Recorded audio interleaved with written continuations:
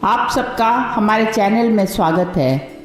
आज बाबा नीब करौली की श्रृंखला में उनको नमन करते हुए हम आगे बढ़ते हैं।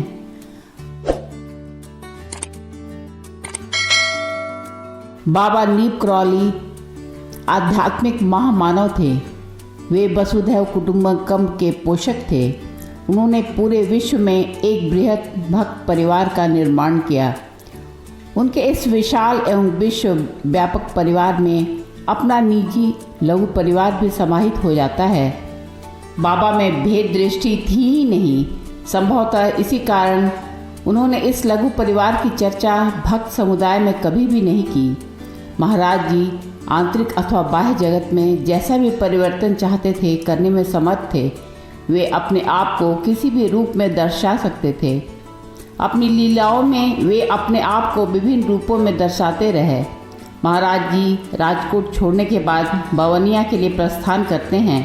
वहां पहुंचकर एक तालाब के निकट उन्होंने सर्वप्रथम अपने हाथों से हनुमान जी की प्रतिमा बनाई एवं एक छोटा सा मंदिर बनाकर उसमें हनुमान जी की प्रतिमा को स्थापित किया। उसके बाद बाबा तालाब में खड़े होकर घंटों साधना करने लगे। बवनिया एक छोटा सा गांव है। ग्रामवासी अक्सर उनसे मिलने और उनको देखने उस तालाब के पास आते थे। बाबा अपने हाथों को घुमाकर खाने पीने की चीज़ें प्रकट कर उनके सामने वहीं से उछाल देते थे। जैसे किसी ने जलेबी मांगी तो हाथ घुमाकर बाबा ने जलेबी प्रकट किया एवं पैकेट ग्रामवासियों के सामने उछाल दिए। इस प्रक्रिया से बाबा ग्रामवासियों के सामने लोकप्रिय हो गए थे एवं ग्रामवासी उन्हें तलैया वाले बाबा बोलने लगे। इस तरह बाबा लक्ष्मण दास से तलैया वाले बाबा के नाम से प्रसिद्ध हो गए थे। 1913 में बाबा ने गृह का त्याग किया था। उसके बाद बाबा क्रमशः राजकोट एवं बवनिया में रहे।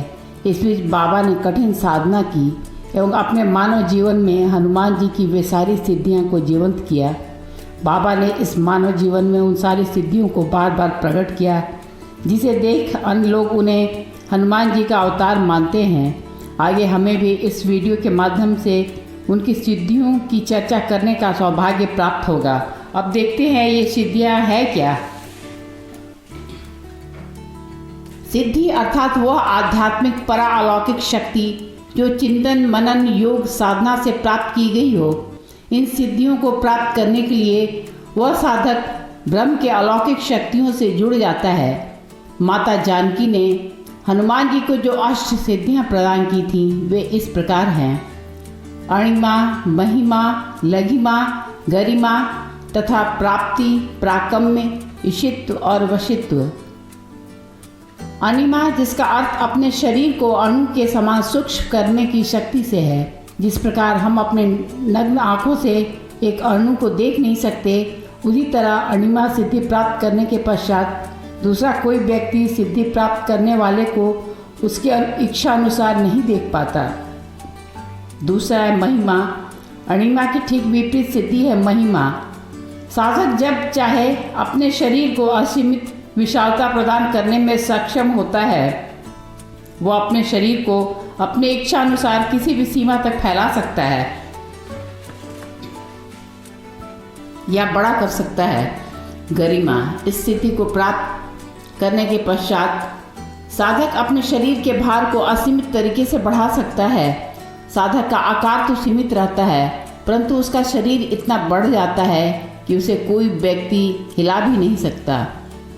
चौथा है लघिमा। इस सिद्धि से साधक का शरीर इतना हल्का हो जाता है कि वह पवन से भी तेज गति से उड़ सकता है। पांचवा है प्राप्ति। इस सिद्धि की प्राप्ति से साधक अपनी इच्छा अनुसार अन्य मनुष्यों के सम्मुख अदृश्य होकर जहाँ चाहे वहीं जा सकता है। उसे कोई भी देख नहीं सकता है। प्राकम्य। इस सिद्धि की प्राप्ति के बाद साधक किसी के मन की बात बहुत ही सरलता से समझ सकता है, चाहे सामने वाला व्यक्ति अपने मन की बात की अभिव्यक्ति करे या न करे। सातवां है ईशित्व। इसका अर्थ ईश्वरीय शक्तियों से संपन्न होना है। इस सिद्धि की प्राप्ति के बाद साधक ईश्वर के स्वरूप हो जाता है। आठवां है वशित्व।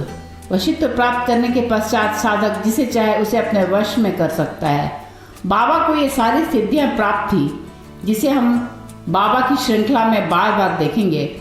1917 तक बाबा बवनिया में रहे। उसके बाद रमाबाई नामक एक साधिका को, जो वहीं की रहने वाली थी, बवनिया का आश्रम एवं मंदिर उन्हें सौंपकर वे गंगा मैया के दर्शन करने के लिए फर्रुखाबाद, जो कि उत्तर प्रदेश में स्थित है, रवाना होते हैं। अगले वीडियो में बाबा के नीप क्रॉली के प्रसंगों के साथ फिर मिलेंगे। बाबा के मुख से राम राम सुनते हुए इस वीडियो का अंत करते हैं। नमस्कार।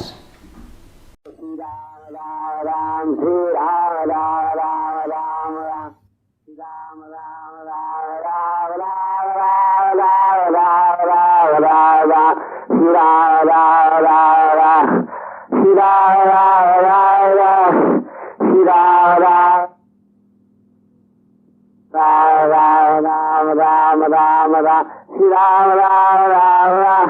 Shri Ram